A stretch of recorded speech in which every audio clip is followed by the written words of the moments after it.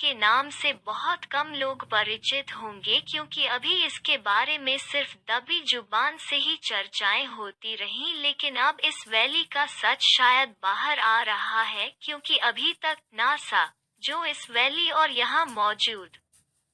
पत्थरों की पहेली को सुलझाने की बात कर रहा था, वो भी अब अपने हाथ खड़े कर चुका है क्योंकि उसे भी यह समझ नहीं आ रहा कि आखिर 700 पाउंड का पत्थर एक स्थान से दूसरे स्थान तक कैसे जा सकता है जबकि वहां किसी और के होने का कोई सबूत नहीं है और न ही वहां कुछ ऐसा है जो इतने भारी पत्थर को हिला पाने तक में सक्षम हो। कैलिफोर्निया, अमेरिका स्थित डेथ वैली के तैरते पत्थरों की कहानी लोग सदियों से कहते सुनते आ रहे हैं, लेकिन इन कहानियों पर किसी ने कभी यकीन नहीं किया।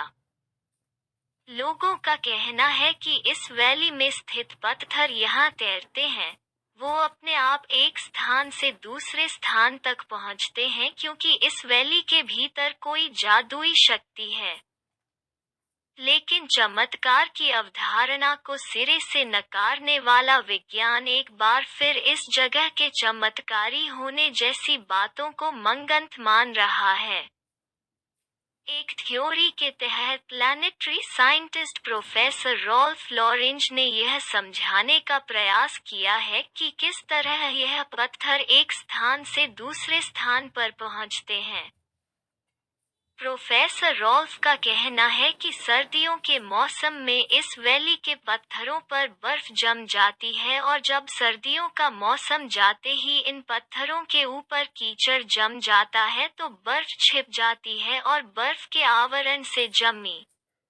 चट्टानों को इस स्थान पर बहने वाली तेज हवा आगे की ओर धकेल देती है और देखने वाले को यह लगता है कि रेत में यह भारी भरकम पत्थर खुद तैरते हुए आगे बढ़ गए हैं,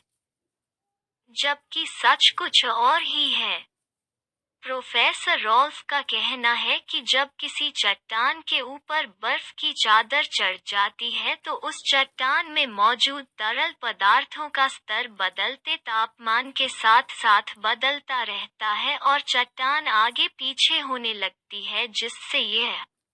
आभास होता है कि यह चट्टान रेत में तैर रही है। आपको यकीन नहीं होगा कि इस थ्योरी से पहले लोग इस चट्टान के बारे में बहुत कुछ बोलते थे। कोई कहता था कि इन चट्टानों में जादुई शक्तियां हैं तो कोई इस स्थान को एलियन या तंत्र मंत्र से श्रापित मानता था। अब आपको हो सकता है इस बात पर हंसी आए, लेकिन लोग इस स्थान पर मौजूद पत्थरों को अपने घर भी ले गए थे क्योंकि वो इन्हें चमत्कारी मानते थे। प्रोफेसर रॉल्फ के इस स्थान के रहस्य को साफ कर देने के बाद भी लोग इस स्थान पर एलियन और तंत्र विद्या की मौजूदगी को सही मानते हैं।